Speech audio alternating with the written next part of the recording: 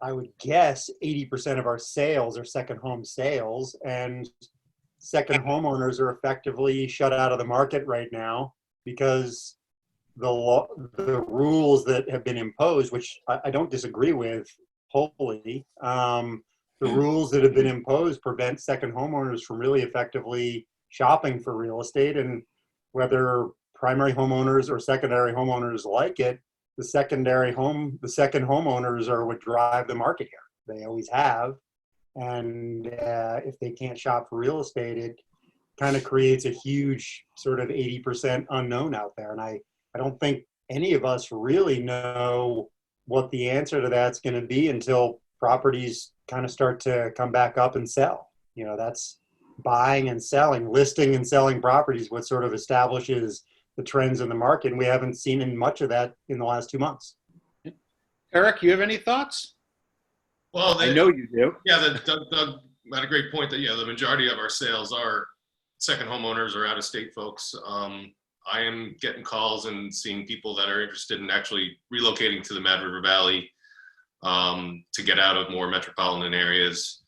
But one of the biggest challenges we have beyond just the inability for people to come here and quarantining for 14 days before engaging in the market is that there's, a lack of inventory.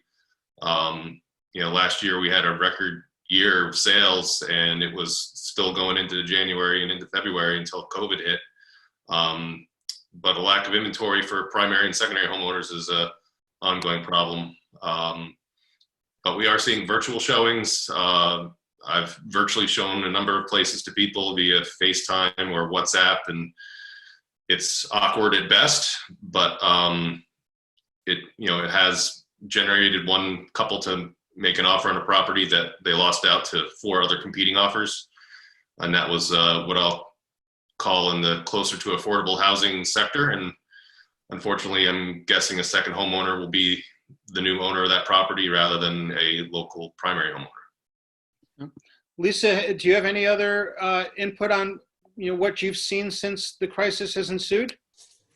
Well, I agree with all that's been said so far, but I think importantly, when COVID really first hit, that realtors were considered non-essential workers. So for about a month, we were prohibited from doing anything if it wasn't at home, from a computer or a telephone. We couldn't even go into a vacant property, vacant land, anything. It was like we were, just so, that there was a real education piece because, yes, we're getting a lot of inquiries from people out of state, either wanting a second home here or relocating. And there's a real education piece to that because a lot of them are really unaware of this 14-day quarantine. So it can be somewhat of an awkward, discussion. And I think it's, it's just really important that, we're kind of educating people that, this is just what's in place. And not many, but every so often someone will say, well, how will they know?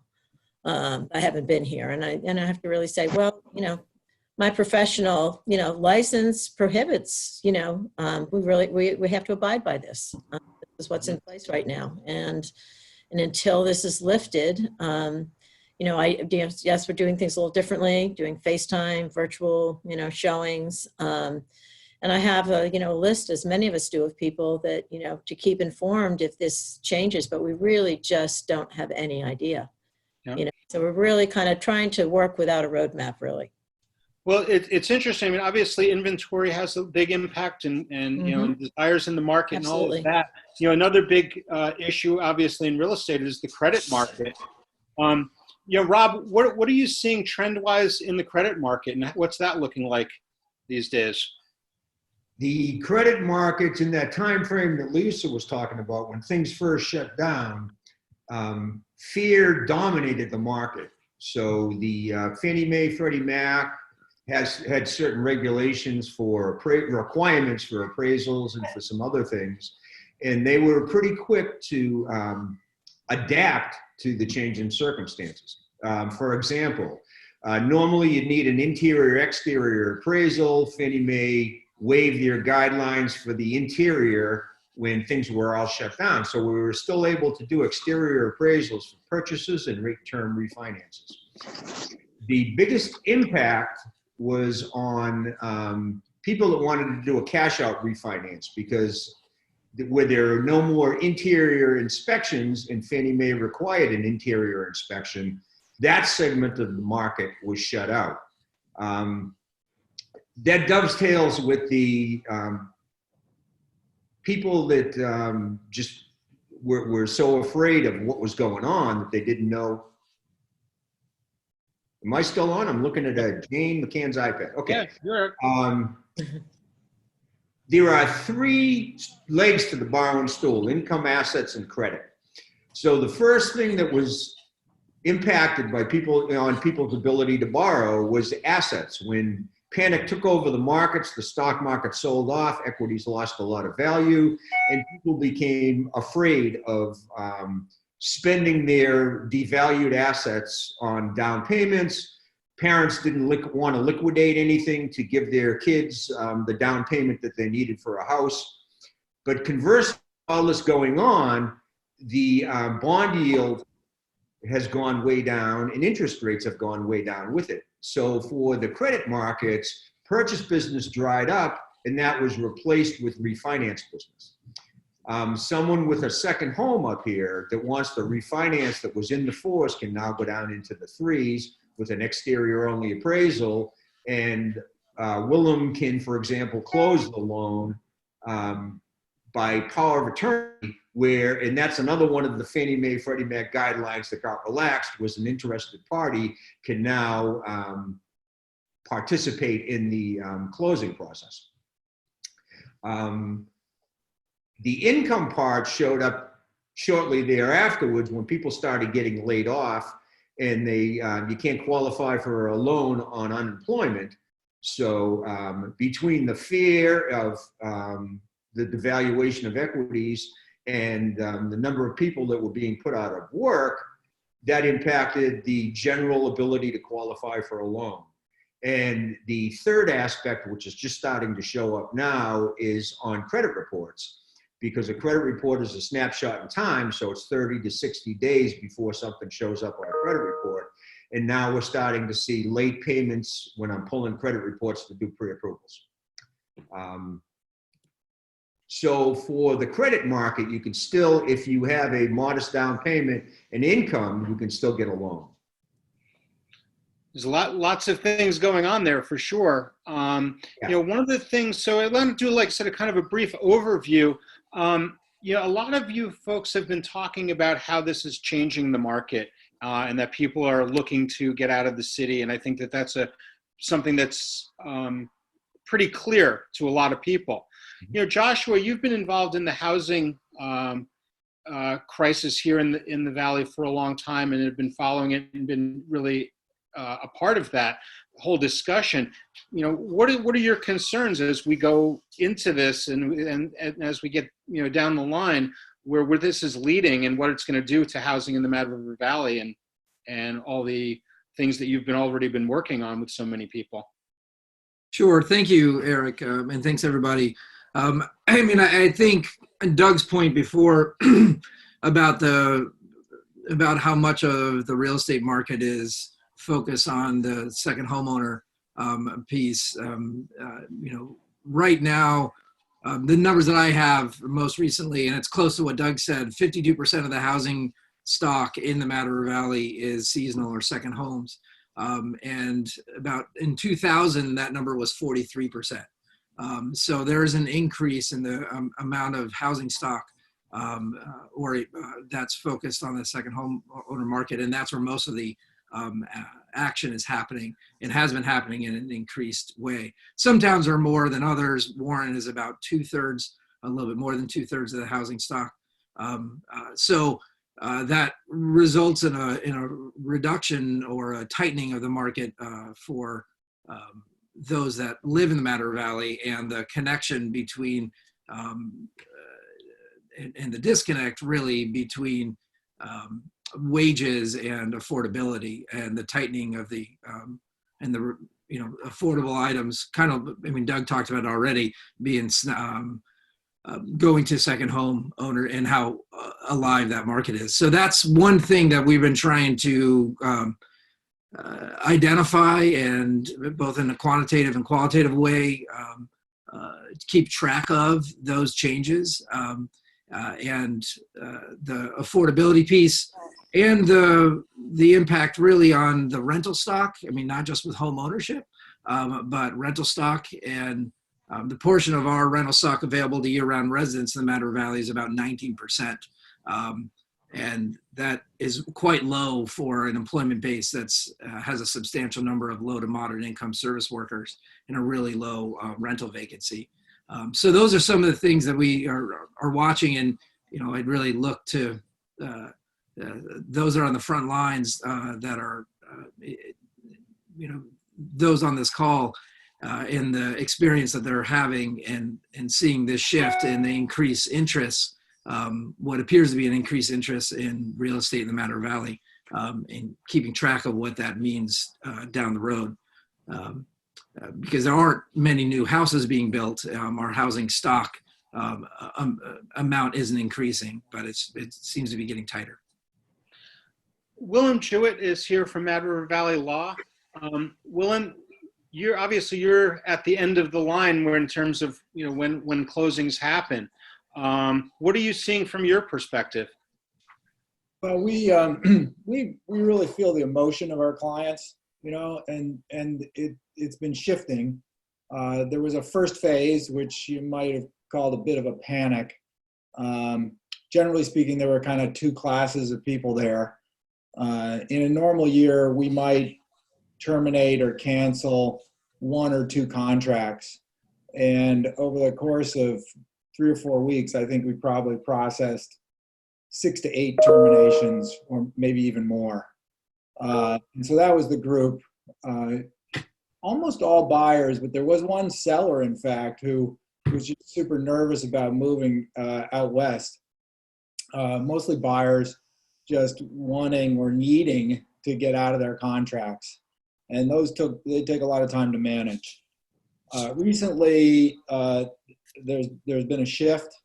While during that time, there was also another whole group that just wanted to get their closings done as soon as possible, which was kind of interesting because we had one group that was sort of fleeing the market and another group that was super committed.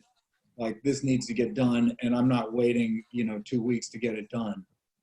A lot of cash buyers, Recently, in the last week or two, there's a real shift. We can feel the demand. I think, I'm not sure I heard the realtors all talk about calls from out of state. I think the for sale by owner market was hit first. And I'm hearing of more multiple offer situations than I've heard of in ages. Yesterday I came into work and one call, I believe he said that they had 11 offers on Friday. And that's, another management problem that time for the realtor, but when it's for sale by owner, we're stuck managing that. So it at the beginning, it was within the contracts that existed, it was a buyer's market. Sellers couldn't very well object to any problems on inspection the buyers would raise. But man, it's a seller. It feels like we're entering a seller's market right now. Interesting. From the realtor side, would you guys agree on that? Are you seeing anything different? Just one example of that. I had clients that made an offer on a property that they weren't even able to see in person, and they waived all kinds of contingencies and ended up not getting it. And I honestly think it was for the best, because that's a horrible position to be in, where you're buying a house that has a laundry list of issues, but normally if the chimneys needs replacement or whatever the case may be, there's some form of credit or price reduction, whereas in that situation there's 5 offers on the table. The sellers are going to get their price and more and not have any concessions, which leaves the buyers in a pretty tough position. One of the questions I had also is that I think a lot of us kept looking back to 9/11 as an example, as a model for where this might be going, and that we definitely saw people wanting to flee the city and come to the country. How is it in comparison to that, or would you make a comparison? I know that, you know, the realtors that we have on the panel have all been through this. Doug, do you have any thoughts on it? I think that you know, that's like the most common call I get, like not just from buyers or sellers. It's like my people in my circle of friends. I get calls like every day. Like, are there people going to be running up here? And I have to say that I think that this is all, you know, we're all working on, you know, sort of speculation based on the emotions that we would feel if we were living in an urban setting. And the reality is that many to most of our second homeowners here come from Boston, from, you know, big towns in New Jersey and upstate New York and New York City. I mean, the reality is that the people who are living down there are living in a, I mean, as weird as our world is, it's really weird down in the urban centers. And so I don't think there's any question about whether there's likely to be an uptick in second home buyers. I think that that's sort of a natural cause and effect. The bigger question is, and Eric spoke to this point right off the bat, is that the inventory was already really low going into this. We were, you know, Willem said we're kind of moving towards a seller's market. We've been in a seller's market for a while, in my opinion. And last summer, you know, if you put a house on the market that was even close to being fair market value, it was probably going to go under contract pretty quickly. So we're already seeing low inventory going into this, and we don't sell enough primary homes for the primary home buyers to ever benefit if there's a dip right now. There's not, you know, like I said, most of these buyers are second home buyers. They're, you know, going on a Skype showing and making cash offers. So it doesn't really help the primary homeowners at all. And I think that right now, the people who are least affected financially by what's going on are naturally the ones who have the capacity to buy second homes. They're the ones whose jobs still exist. They're working from home, and they might even get more leverage to work from their second home. I mean, they if they're a valued employee, it's entirely possible that they're going to use this whole opportunity to get themselves into a better gig working more from home or from their second home. I think it's a natural cause and effect. It's likely to happen. Yeah, I appreciate those thoughts. You know, one of the things that I'm seeing as, you know, as the director of the chamber is realizing how disruptive this pandemic has been to a lot of industries. But that disruption also provides opportunities as well. And if we look at things and I think that these disruptions also provide, sometimes you need to you know, clear the plate to rebuild, and it gives us that opportunity to do things in a different way, and the ability and to kind of look at things from a bigger perspective. I know, Willem, you have a lot of legislative experience. What sort of societally here in Vermont, like, what are the sorts of things that you see that that are opportunities to rethink and reimagine things? So let's not forget that, like, 3 months ago, the topic of discussion was demographics and the struggle that a graying Vermont has in the current economic climate. And Vermont wasn't alone in that. All the rural areas of the United States, and in fact, the Northern Hemisphere, were struggling with that, maybe still are. We're not talking about demographics right now. I think, you know, Doug expressed that, you know, maybe this is just going to be targeted at the second home market. But I think the last thing he said there about people who have more freedom perhaps to work from home, I think there's likely to be a cultural shift where there's a bunch more telecommuting. So you ask about changes. That whole demographic challenge, you know, we could get a decent leg up on it if we respond correctly to it, if we see it and take the opportunity, remain safe. But for instance, like even on this call, I think, Eric, you're probably on fiber. The other Eric's on fiber. I'm on fiber. But Doug's breaking up a little bit. I wonder if he's at his home on DSL. Probably. Well, yeah, I'm at home and I've got kids who are on their computer schooling, so Right? we're all using the same thing. So DSL is not bad, but just the other day we had a property that went under contract and it failed super quickly because the guy was moving here from California. He was an engineer for Google, and he didn't Apple, excuse me. And the property at DSL didn't have fiber.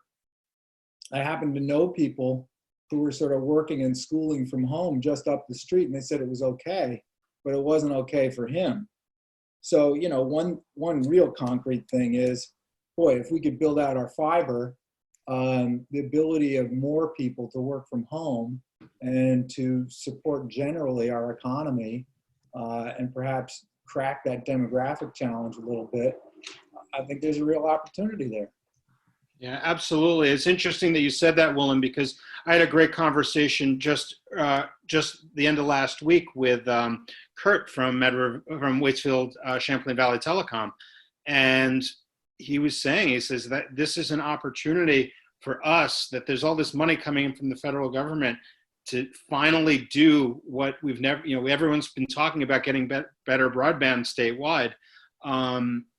But there's never been the political will to make it happen and provide those funds. This is maybe one of those things that's going to be able to make that happen. So it will be interesting to see. Obviously, there's going to be a lot of big changes societally, and you know, one of the things, I got a question from someone online here is, you know, if housing was moving towards a multi-general formats, homes with adjoining in-law suites, for example, would we expect to see a shift away from that, learning from COVID that our seniors might be safer living more independently? Or is that just the opposite, more likely, that adjoining in-law suites might be safer for our seniors to live close by, but not with private entrances and kitchens? Any thoughts on that at all in terms of what selling, or is the inventory so low it doesn't matter? I don't think there's that. There are some homes on the market that have, you know, in-law suites or, you know, illegal apartments, as we call them. But I don't think that's going to be a driving factor in the market. But I do think, you know, the opportunity is for people that can telecommute and, you know, move to the Mad River Valley and bring their kids here, and they'll be in our school systems. That's, I think, the similarity to the post 9/11 effect, where I think, I don't know if Josh, if you have the stats, but, you know, our schools got a boost of student influx after people did come to Vermont after 9/11. And I think that there's an opportunity there for, you know, our school systems that we're struggling with, you know, the number of students we have. Interesting. So maybe we should be a little more careful if we close any of our schools, huh? Let's leave that discussion for another day. Yeah. I think also that, you know, the number of people that, you know, this happens so rapidly, where, you know, 1 week you're, you know, commuting into an office, and, you know, the next day you are home and doing everything, you know, virtually. And I think people are getting used to that and realizing that, oh, I can do this. And I can work from home. And so, you know, I think that there are definitely people that are wanting to get out of, you know, the city, more densely populated areas, and are seeing the attraction of living here. And I think when people are able to travel up here again, I think we're going to be very busy. One other question that I was considering, and I've had some conversations with people about, is the short-term rental market. And I was wondering, you know, there's a lot of people that were buying up real estate and marketing them on short-term sites like Airbnb and VRBO and things like that. How do you think that's going to be impacted at all? Any comments on that? I think the opportunity there is maybe some of those short-term rentals can become long-term rentals for people that need housing. You know, I don't think that, you know, people are just going to automatically sell their Airbnb because there's been this drop in availability for short-term rentals, but it could be a great opportunity to convert them into long-term housing. Yeah. Joshua from the Meadow River Valley Planning District, do you have any thoughts on that? Because I know that was very impactful. The short-term rental market was very impactful in the housing market around here for relatively affordable housing. Any thoughts on that? Yeah, I mean, our numbers show that there's a 1%, or there has been a 1% rental vacancy, signaling really a severe lack of supply in the year-round rental piece. And as I said before, it's a small percentage comparatively that of our rental stock available to year-round residents. And there hasn't been additional supply. In fact, there's been a reduction in the amount of rental stock over the last decade plus, and it is tied to the growth in the VRBO short-term rental market. And so, and it makes sense that's where the growth has been, and it makes sense for a lot of individuals who have a property. But there is a need for year-round residential rental options, and we'll really see if that shift takes place. I think Eric's right. I think that it's likely, but there is a great need for year-round rental. Mm-hmm. I mean, we are a destination location, and there's a tightening of the rental market, especially when it gets colder. I just want to take this opportunity just to suggest to any of the folks in on the call that are watching, if you have any questions specifically that you'd like to ask, please, let us know on the chat function. And if you have anything, we'd love to hear what you've got to say. I'm trying to think of some of the other questions that kind of come to mind for me. Again, revolve around where is this going in terms of the market generally, in terms of where, what sort of opportunities that there are in real estate. And one of the things that I'm seeing here in the Valley is that there's a lot of people in the woods here telecommuting. There have been, and we've seen that over time, and what that means to our business community.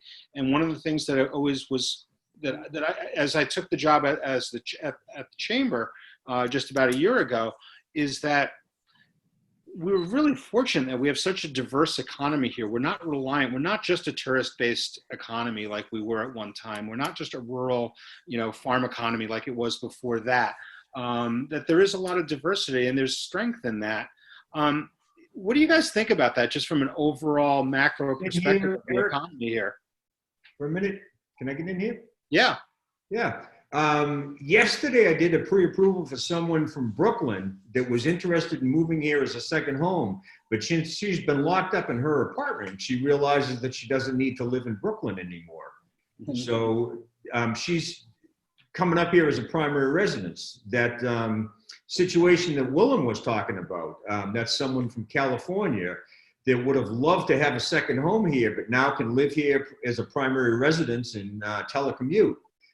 There's a lot of people in Connecticut that were driving into Manhattan. They know now they don't have to drive to Manhattan anymore. They'd rather live in the valley and the hill and go to the city a few times a year when they have to. So this has been a terrible crisis in one segment, but it's a huge opportunity in another segment. Interesting. Any other thoughts from any of our panelists on that? I think Eric, I think the point that's been brought up a couple of times about how key broadband is. I mean, it is a type of infrastructure, and it's becoming more and more important. And we're very fortunate to have a great partner in the Meadow River Valley and a locally owned and operated telecommunications company. But the families, like what Doug Mosley was talking about, when there are multiple children that are doing schooling and parents, we are all realizing how important this piece of infrastructure of broadband is. And how it's a key part of our ability to operate, both those that are coming from other places that are looking to work remotely And the Matter Valley does have, the economic study showed back in 2013 that we had twice the statewide rate of those telecommuting, and that's made possible by the type of infrastructure that's here. But the continual build out of that and the areas that have fiber and those that don't, and that expansion really plays into the ability of people to work remotely. Let it be those that are working from California or those who are working a mile and a half down the road. Mm-hmm. We do have a question from one of our guests here. Kevin asks, have the new owners of Sugarbush Resort, whoops, where is I lost it? Have the new owners of Sugarbush Resort come forward with any plans to build affordable, quote, affordable housing for their full and part-time employees? I certainly have not heard of any of that. Anyone? Had started the permitting process for a project over near the Sam Rupert's former location. I don't know where that's gone since Alterra took over. Josh, do you know? Yeah, there This was is Jim Westell at Sugarbush. We don't have any plans for any employee housing right now. Obviously, it's in our future planning, and we'll go to permitting when we're ready to do it. But it didn't work out this year, obviously.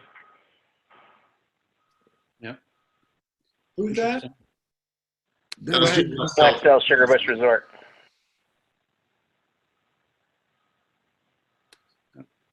I'm sorry, is there someone on that was a question? That was a comment. Oh, okay. I'm sorry. I think I'm falling behind here. Go ahead, Lisa. Did you have something? No, I think that, in terms of workforce housing, that has always been a great challenge in this area. I've lived here since 19, and it has always been a tight rental market, and it gets tighter. And, I know it's actually a statewide issue, and it's particularly difficult here. And I know that Sugarbush has taken some, action in buying some properties to convert to workforce, housing. But I just don't know moving forward, what the solution is to that. Yeah. Yeah, and it's we talk about it all the time. You hear the conversation in the Valley is always about what do we do for affordable housing, what do we do for workforce housing, and the truth is that. So I was listening to a podcast that I think it was Christine Keeney was on it last year, and she was really talking. She was going from ski town to ski town to ski town, talking about what these other ski towns have done for workforce housing. And the reality is that whether they like it or not, the biggest employers in those communities, the ski area, have a responsibility that that benefits us all, but it really ends up being their responsibility because they're driving most of the seasonal workforce. And in towns like this, even if they're not coming from out of town, even if they're not coming from out of town, that seasonal work is still being done by many of the people who live in those towns. And, probably a disproportionate amount of responsibility has to end up falling on the ski area. And that may seem unfair, but at the same time, that throughout the industry, that is who drives it. It's ski areas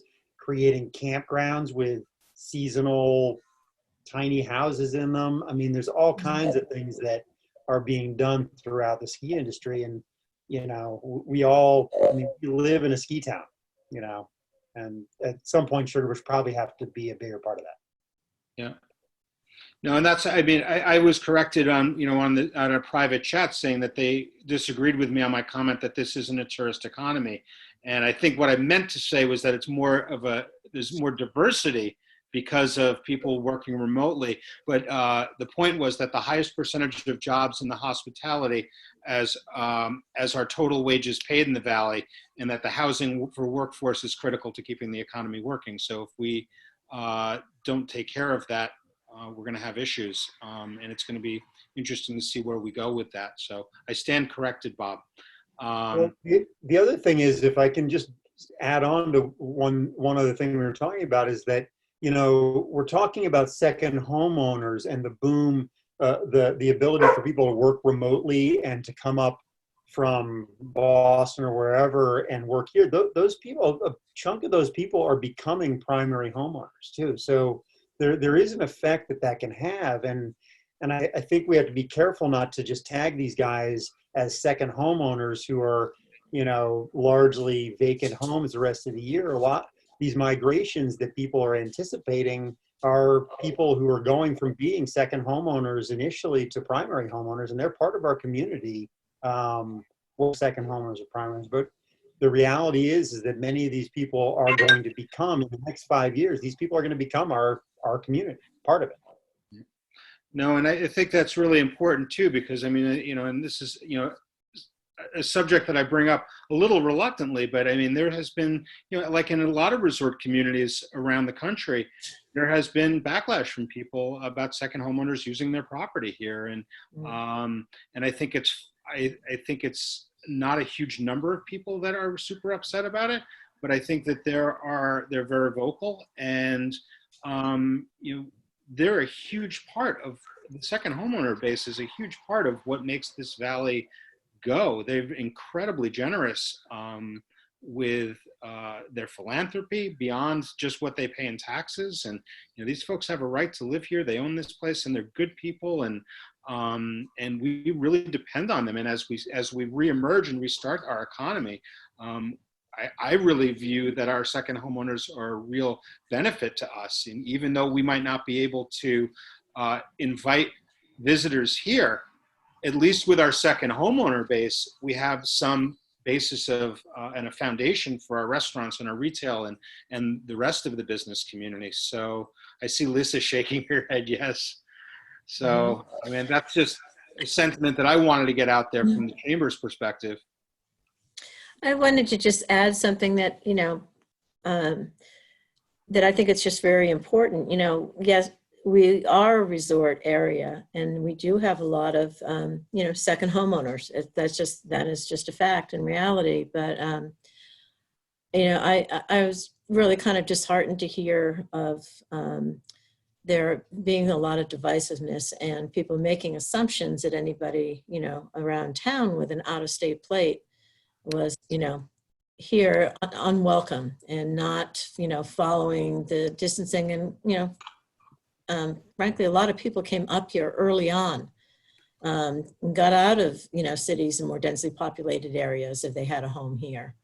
And so, yes, I think overall people are very respectful and are following, the wearing masks, socially distancing, following the rules. But I don't like seeing that assumption being made that, anyone with an out-of-state plate is not following that. And I think that, do very careful, because I heard of a lot of instances of people being treated very, unfairly and, with a false assumption being made. And I think that there are probably many Vermonters that are not agreeing with the, wearing a mask and the distancing as well. So I think it's just, I just wanted to put that out there, that I don't think that's who we are as a community.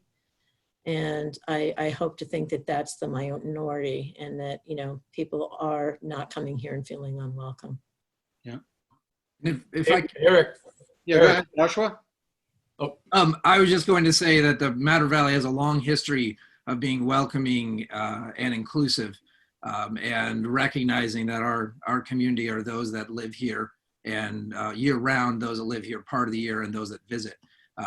So we have a long history of this inclusiveness in being a welcoming community, and there definitely has been a time where so many of us have been gripped by fear of the unknown and all that's been going on, and that question has resulted in some of these instances, which are really unfortunate. But I think the more that we as a community recognize and remember who we are and allow that to guide our actions, the better off we are. But yeah, I think going forward and staying in touch with our history of being a welcoming community is in letting the sort of positive vision side of ourselves guide our actions is really key. Yeah, excellent point, Joshua. Eric. Yeah, Bob Ackland, I think, has a comment. Eric, Bob Ackland speaking. Can I speak? Absolutely. So I applaud you for this conversation. I think it's a great start. But housing is a very significant component of who we are and what we want to be. And to follow up on Willem's point, there's a lot of, and your point, there's a lot of opportunity ahead of us, but we need leadership to understand where we're going and how we're going to get there. And, you know, the second homeowners, I don't know all the people on this call, but I don't see too many people that are, you know, we're born and brought up here. So we all came as tourists or to recreate here and have chosen this as a home. But we need to have a focus on where we're going, because things are going to change. And what's happened is that we've just left the real estate to the second homeowner because the place is a great place to be and they all want to come.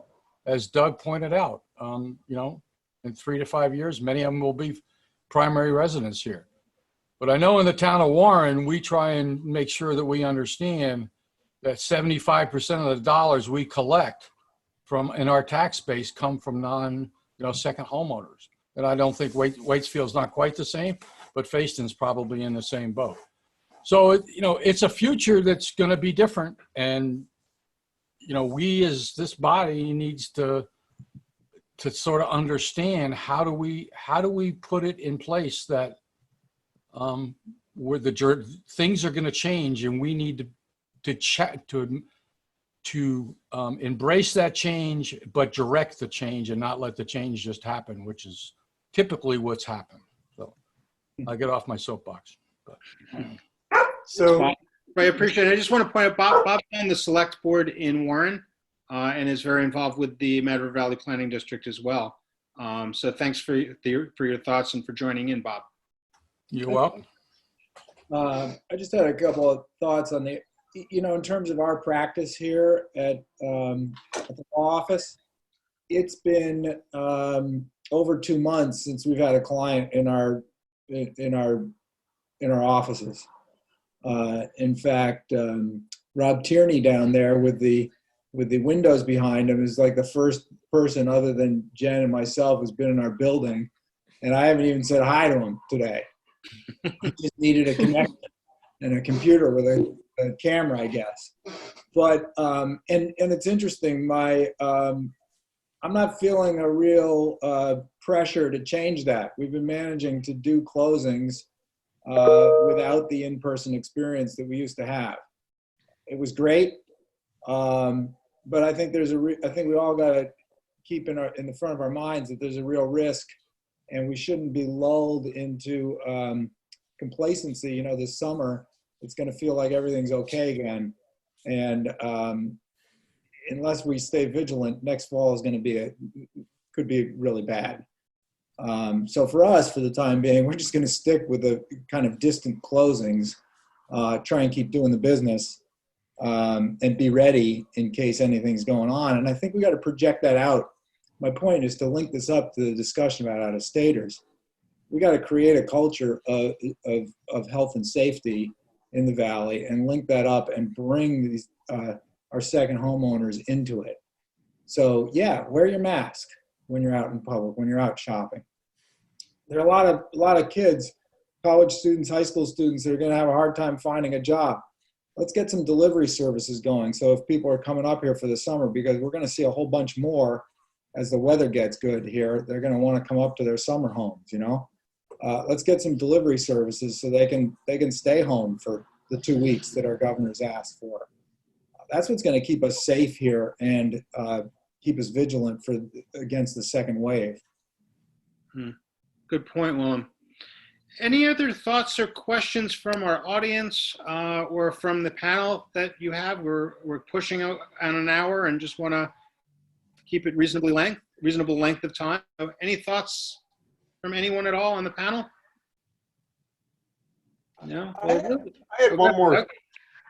Sorry, one more quick one that I thought of just while Bob was talking. You know, he kind of brushed on a topic, which is that, you know, the real estate market, when left to buyers, does have a tendency to, it's a very free market. It's basically first come, first serve, and whoever has the most money generally gets the properties that they want. And that does tend to have an effect on real estate prices that makes this valley not an affordable place to live. But I believe, and Josh might know a little bit more about this, all three towns right now, all the towns of Waitsfield, Warren, and Fayston, I know are actively pursuing zoning changes to allow more affordable types of housing to be constructed, to basically modify existing properties so that people can create more affordable housing units within their properties, basically kind of eliminating the restrictions on accessory structures, eliminating the restrictions on second rental properties on their existing properties. And all of those are things that maybe not right now affect the real estate market, but they're all things that are designed to create properties that are a little bit more functional as multi-dwelling, multi-family units, multiple families living on one property, and to make it a little bit easier for lower income Vermonters to live in safe and affordable situations rather than having to go out there looking just for a house that they can buy or a condo that they can afford, but to be able to find a renter who is incentivized by their town to build properties that are more geared towards lower income Vermonters. Thanks, Doug. Any other thoughts at all? Yeah, if I can just echo that. Thanks for bringing that up, Doug. And there is effort going on to focus on accessory dwelling units, the mother-in-law apartments, so on and so forth. But the sort of ADU, accessory dwelling unit approach, which is allowed in accessory dwelling units as a base, there's a minimum amount that's allowed in every town, but there is some effort going on to really incentivize and increase the opportunities within those three towns. And Warren has taken really a leadership role in that historically, and being very accommodating. And there is some additional work that the Matter Valley Housing Coalition is looking to implement starting in the month of June. So there's some exciting things on the horizon, but increasing the opportunities in housing stock, increasing the housing stock without creating new development on a raw piece of land and provide these opportunities for existing homeowners either within or pertinent to their primary homes. That's what that focus on is. And I think with the limited supply, any opportunity to incentivize or to make easier for individuals to or homeowners, property owners to be able to increase that supply is really key. And really targeting those at the more moderate income and rental, that's what that focus is on. So those are some positive steps. Well, excellent. Thanks so much, Joshua. And I want to thank our panel for being here. Willem Jewett from Mad River Valley Law, Rob Tierney from MSA Mortgage, Doug Mosley from Doug Mosley Real Estate, and Lisa Jennison from Sugarbush Real Estate, as well as Eric Reisner from Mad River Valley Real Estate. So thank you, and for everyone that joined in the call. One of the things in closing is I'm really impressed at the talent that we have here in just putting together this panel. You realize how thoughtful people are and how much they care about the community, and it's really awesome. And it really, you guys all exude that, and the quality of the knowledge is really impressive, and it points to what kind of real professional people we have here in the Valley across all sectors.